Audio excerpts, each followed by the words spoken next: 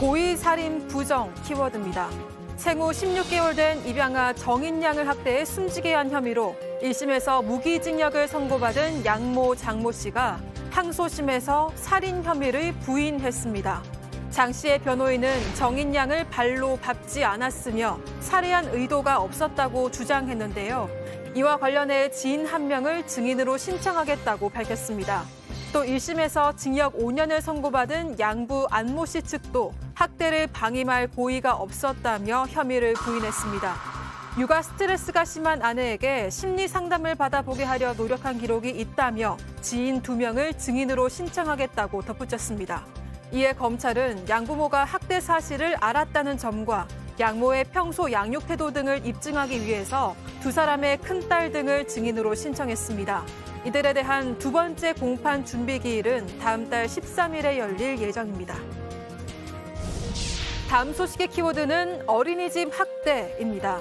경북 포항 남구 지역의 어린이집 2곳에서 교사가 아이를 학대한 정황이 드러나 경찰이 수사에 나섰습니다.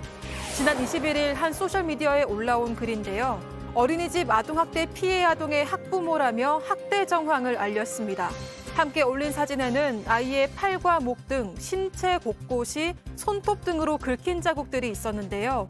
수사에 나선 경찰은 해당 어린이집 CCTV를 확보해 학대 정황을 포착했고 다른 학대가 더 있었는지 수사하고 있습니다. 이 밖에 경찰은 또 다른 어린이집의 아동학대 의심 사건도 조사 중인데요. 지난 20일 포항시가 남구 지역 어린이집을 정기 점검하던 중 아동학대 의심 정황이 담긴 CCTV를 발견하면서 경찰에 수사를 의뢰한 겁니다. 이 영상에는 여자아이가 바구니를 놓쳐서 장난감이 바닥에 떨어지자 교사가 수차례 때리는 모습이 담겨 있었습니다. 경찰은 CCTV 등 증거 확보를 시작했으며 10세 미만 아동학대 범죄인 만큼 경북경찰청 여청범죄수사대에서 수사를 진행할 계획이라고 밝혔습니다. 마지막 소식의 키워드 보겠습니다. 물 달라입니다. 이란 남부 지역이 50년 만의 가뭄으로 물 부족 사태를 겪고 있습니다. 여기에 최근 50도에 달하는 폭염까지 이어지자 이에 분노한 주민들이 일주일 넘게 시위를 벌이고 있는데요.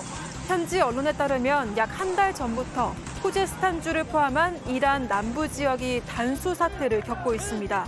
시위가 점점 격렬해지면서 경찰과 시민 등이 총에 맞아 사망하는 등 현재까지 3명이 목숨을 잃었다고 하는데요.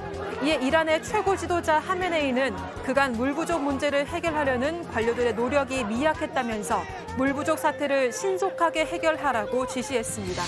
지금까지 이시각 다정회 백다혜였습니다.